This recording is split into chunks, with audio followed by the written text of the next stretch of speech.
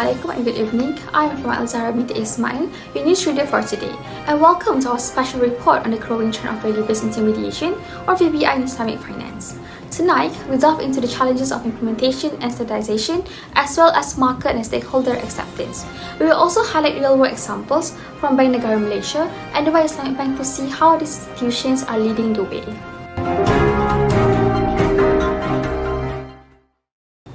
VBI in Islamic finance is a revolutionary approach that integrates ethical, social, and environmental consideration into financial practices. However, despite its potential, VBI faces significant challenges.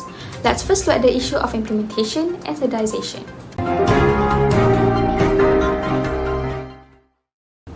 The lack of a standardized framework for VBI poses a major hurdle.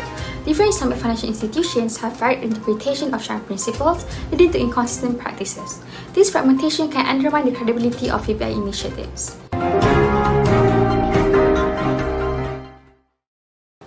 However, to address this issue, industry bodies and regulatory authorities need to collaborate to develop universal standards. One pioneer example is Bank Negara Malaysia. They have provided detailed guidelines and strategic roadmap for Islamic banks in Malaysia to adopt VBI.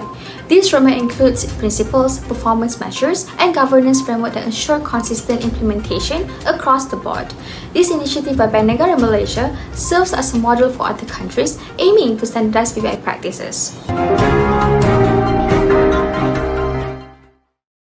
Another solution is establishing a centralized certification system. Such a system would evaluate and certify Islamic financial institutions based on their adherence to VBI standards. Think of it like the LED certification for sustainable buildings, but for VBI. This will create a benchmark for performance and impact, ensuring that all certified institutions meet high standards of ethical and sustainable practices.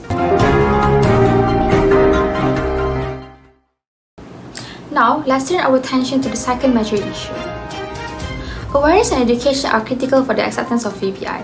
Many customers, investors, and even employees within Islamic financial institutions are not fully aware of VBI principles and their benefits. This lack of understanding can lead to reluctance in adopting VBI practices.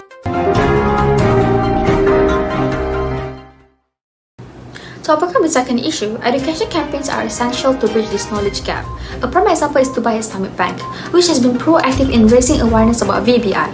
They have launched extensive educational campaigns through various channels, including social media, in-branch seminars, and online resources.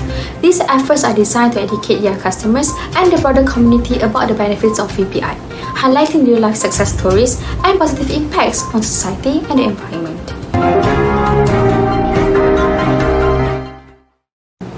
In addition to public education, internal training programs are crucial. Islamic banks need to develop comprehensive training curriculums for their employees. For instance, Dubai Islamic Bank has implemented in-house training programs that cover VBI principles, practical application, and case studies. These programs ensure that all employees, from management to frontline staff, understand and can effectively integrate VBI into their daily operations.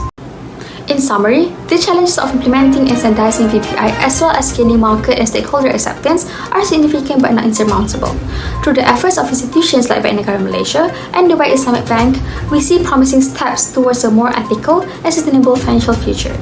Well, it is clear that while challenges exist, the commitment of these institutions to VBI is paving the way for a more responsible and impactful approach to finance.